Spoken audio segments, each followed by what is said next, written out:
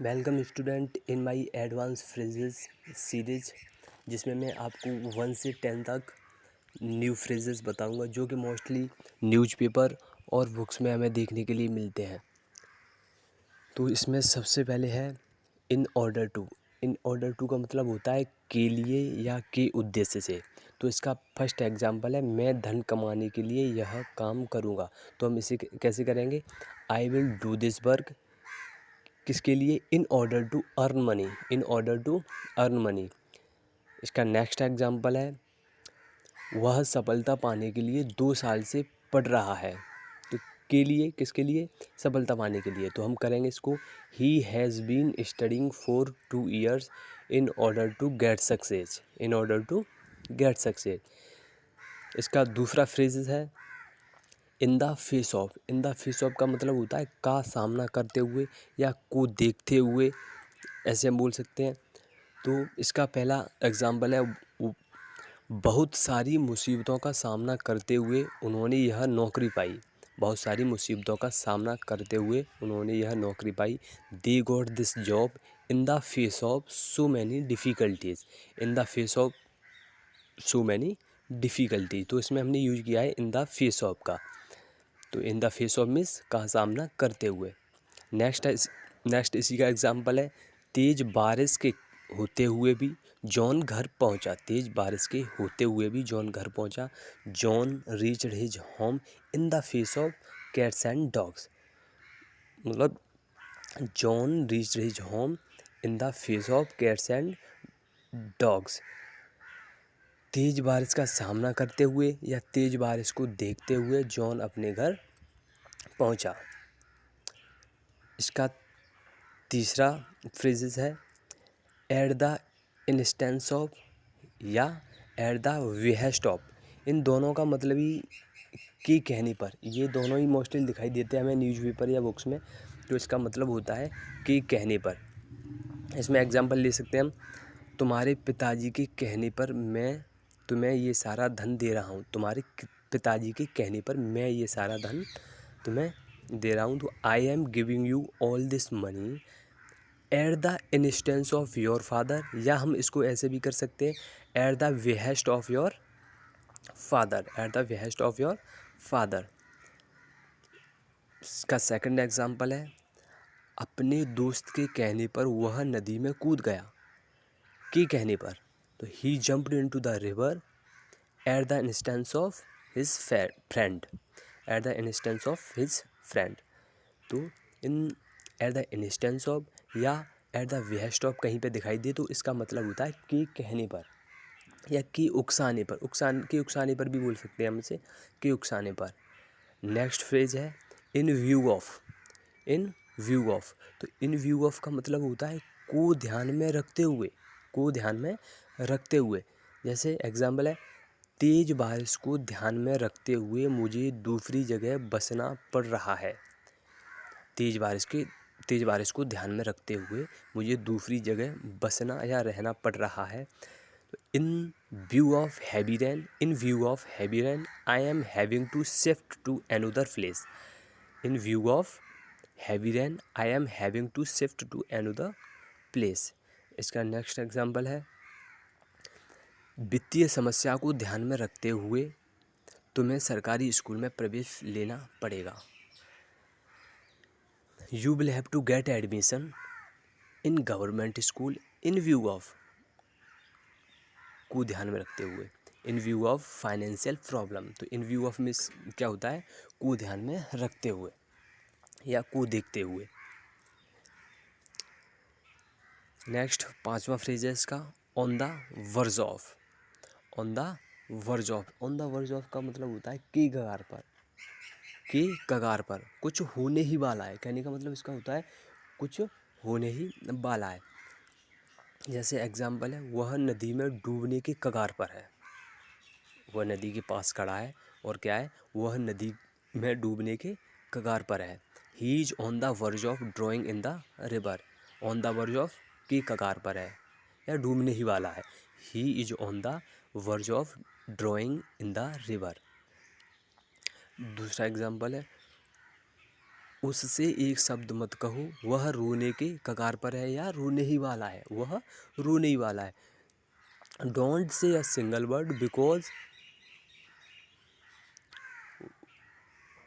He because he is on the verge of crying, या कह सकते हो उससे एक शब्द मत कहो, वह रोने के कगार पर है।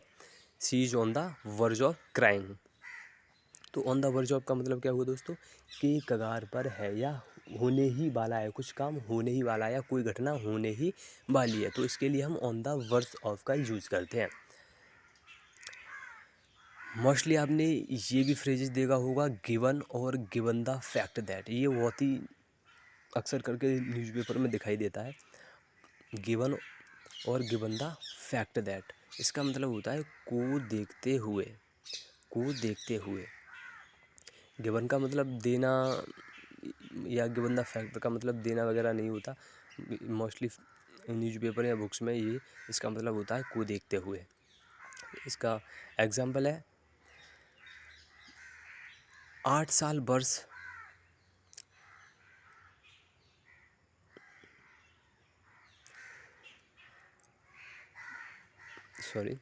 आप 60 वर्ष से ऊपर हैं, को देखते हुए मैं आपकी सीट तुम्हें दे रहा हूँ। I am giving my seat given the fact that you are above 60 year old. I am giving my seat given the fact that, या गिवन द फैक्ट दैट की जगह यहाँ पर हम ओनली गिवन लगा सकते हैं, कॉमा के बाद गिवन का यूज करेंगे, और you are above 60 years old भी बोल सकते हैं। ओके, तो I am giving my seat given the fact that you are above 60 year old. Next example है, तुम्हारी हालत को देखते हुए तुम्हें यहाँ अकेला छोड़ने का मन नहीं कर रहा है। गिवन योर कंडीशन, इसका यहाँ पर गिवन का मतलब क्या है, को देखते हुए। गिवन, यहाँ गिवन का मतलब देना नहीं हो, यहाँ गिवन का मतलब है देखते हुए। Given your condition I don't feel like, feel like का मतलब होता है मन ना करना। I don't feel like, feel like का मतलब होता है मन करना। डोंट फील लाइक मन ना करना।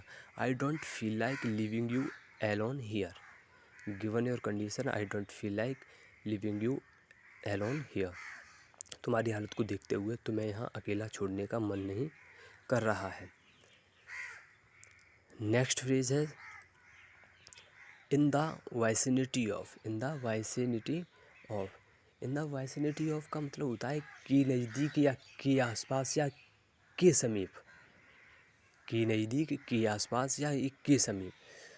जैसे उदाहरण, चोर को अस्पताल के आसपास पकड़ा गया, तो यहाँ क्या है कि यहाँ पे एग्जैक्ट एरिया नहीं दे रखा कि चोर को हॉस्पिटल के सामने पकड़ा गया या पीछे पकड़ा गया या लेफ़्ट राइट, ऐसा कुछ नहीं है। इसका मतलब होता है कि हॉस्पिटल के आसपास किसी जगह। तो इन द वाइसिनिटी ऑफ का मतलब होता है कि नदी के आसपास। तो एग्जांपल है, चोर को अस्पताल के आसपास पकड़ा गया। The thief was arrested in the vicinity of the hospital. The thief was arrested in the vicinity of the hospital. इसका सेकंड एग्जांपल है, तुम्हें उसका दफ्तर रेलवे स्टेशन के पास मिलेगा। You will find his office in the vicinity of the railway station. You will find his office in the vicinity of the railway station. ऐसे हम बोल सकते हैं, you will find me, you will find me in the vicinity of the railway station. बहुत सारे example ले सकते हो आप। नेक्स्ट पेज है इन spite of oblique despite. In spite of oblique despite, इसका मतलब होता है कि बावजूद, के बावजूद। चश्मा होने के बावजूद वह अखबार नहीं पढ़ सका। He couldn't go through the newspaper in spite of glasses. Go through में पढ़ सका, कोई काम ना कर सका, तो he couldn't go through the newspaper in spite of glasses. Next example, बारिश होने के बावजूद हम बाहर गए। बारिश होने के बावजूद हम बाहर गए। We went out in spite of the rain. We went out in spite of the rain. Next phrase lies with. Lies with का मतलब होता है जुड़े रहना या संबंध रखना। एग्जाम्पल है करंट अफेयर्स के बारे में और अधिक जानकारी के लिए तुम्हें अखबार से जुड़े रहना होगा। To get more information about current affairs you will have to lies with the newspaper. You will have to lies with the newspaper. Next example है अंग्रेजी में फ्लुएंट होने के लिए इस चैनल से जुड़ें। To become fluent in English lies with this channel. To become fluent in English lies with this channel. And last phrase इस सीरीज़ का है then and there. Then and there इसका मतलब होता है उसी समय, उसी वक्त, उसी क्षण। देन एंड देयर उसी समय। एग्जाम्पल मैंने अपना काम उसी वक्त कर लिया। I did all my work then and there. I did all my work then and there. तो मैं उसको उसी समय पीटना चाहिए था। You should beat him then and there. तो देन एंड देयर का मतलब है उसी समय, उसी वक्त, उसी क्षण। ओके, तो ये हमारे 10 फ्रेजेस पूरे हुए and I will complete approximately 80 phrases in this advanced phrases series. Okay, continue this my channel. Thank you for watching.